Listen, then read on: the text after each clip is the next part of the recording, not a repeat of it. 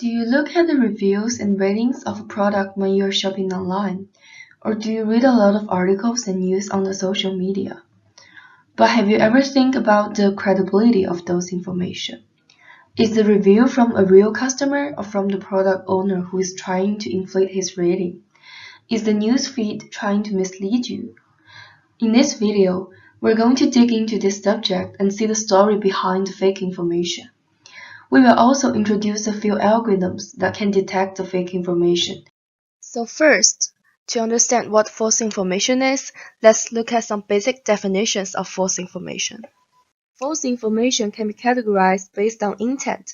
Either the author has the intent to deceive the audience, or he just spreads the information unintentionally. It can also be categorized based on knowledge. For example, if I write a fake review on Amazon, it's an opinion-based false information. But if I spread a rumor that's completely wrong about a celebrity, then that's a fact-based false information. So who did this? Who spread the false information online? Not surprisingly, bots, like programs or scripts, are used to generate false information. They may reply to each other on a platform, say Twitter, and create an illusion that many people agree to the post. This is a graph of a Twitter conversation where the red dots are bots and blue dots are human. We can see that there are a majority of bots activities in our daily life. According to a study, there are about one-fifth political chatter on Twitter are generated by bots. Human accounts like sock puppets are also responsible for spreading false information. You may not believe that we're easily deceived by false information. In real life, we usually can't identify the fake news. According to experiments, we humans can only identify about 50% to 80% fake news. We are prone to believe in fake information that agrees with our opinion. Every day when you surf on the internet, we're actually reading more false information than we know. Although the majority of fake news is identified within hours of publication, a small portion of them could survive as long as years. You may have read a Wikipedia article with many references, and I'm telling you that it could be fabricated. Fake information is more popular.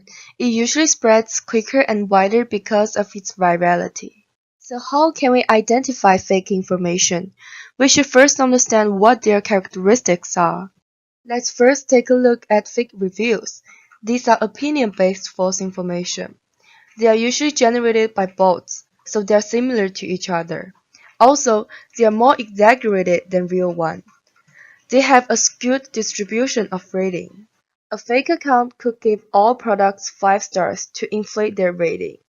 We can also look at how often a fake account rates.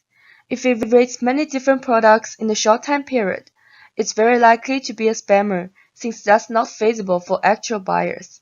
This is called lockstep behavior. Let's look at the graph.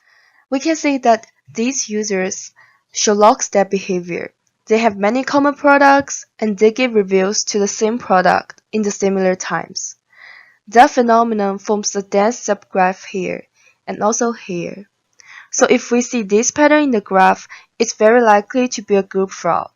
Say multiple accounts controlled by the same bot to give fake reviews. Now let's look at fact-based false information. By looking at the titles, can you tell which of the following news is fake?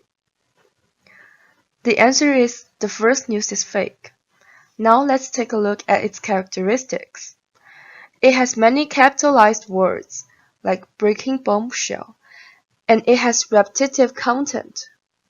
The title seems to include a lot of information, but it's actually easier to read than the second one. Usually, fake news don't have many references, or have incoherent and unrelated references, because they can't find sources that substantiate their claims. They are often written by throwaway accounts. Also, fake news and rumors have a propagation effect.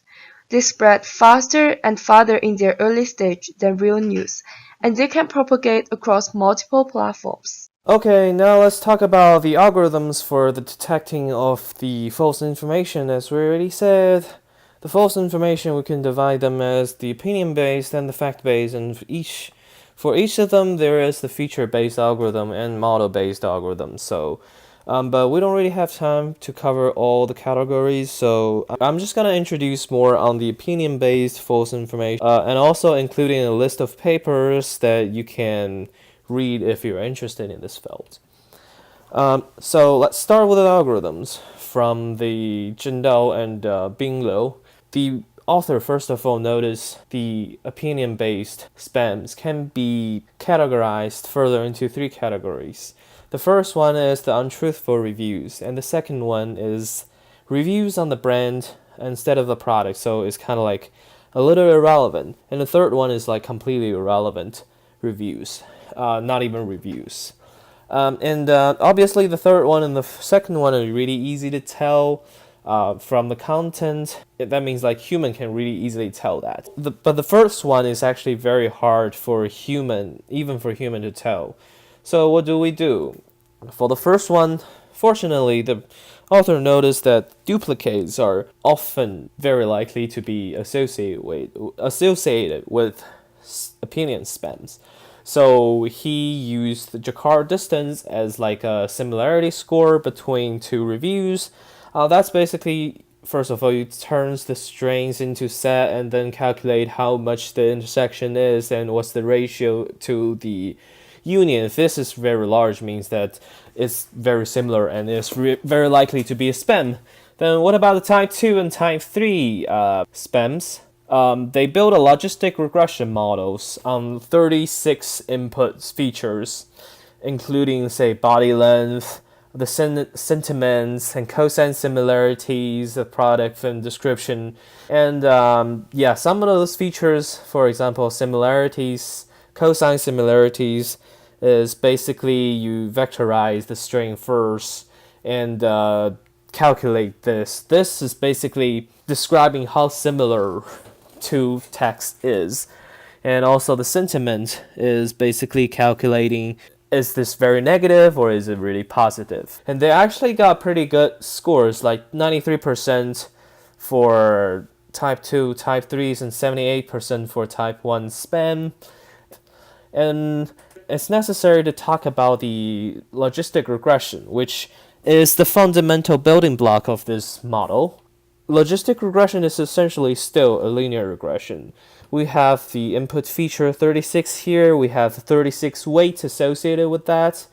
We give a linear combination and then apply a sigmoid function, turns real number into the probability. So the probability here means that the probability that this review is gonna be a spam. And then go over again the training set and try to find the best classification for the spam. Next, we're gonna talk about a very interesting idea, which is temporal modeling. So the temporal modeling views the reviews of a product as a time sequence. So the first one is at 0, the second one is at 1, the third one is at 2, and so on. And then it collects a set of features. Take one of the features as the lead and then the others as the supporting. Calculate the kind of abnormal threshold through the Cantel's inequality, and then use an autoregressive model to detect abnormal values in the lead features. Then at the end, it goes to the supporting features if the lead feature is abnormal.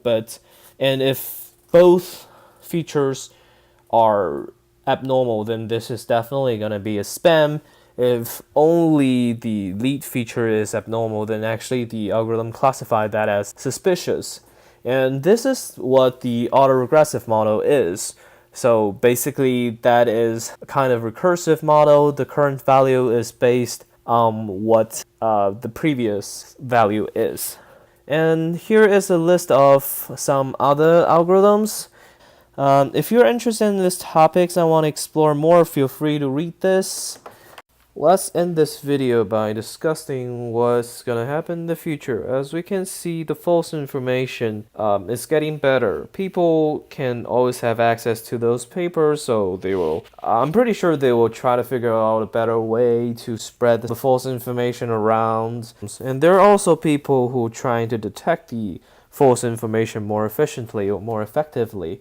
And I'm pretty sure there's gonna be like a competition like thing. So Who will win, the spammers or the false information detector? Thank you for watching this video.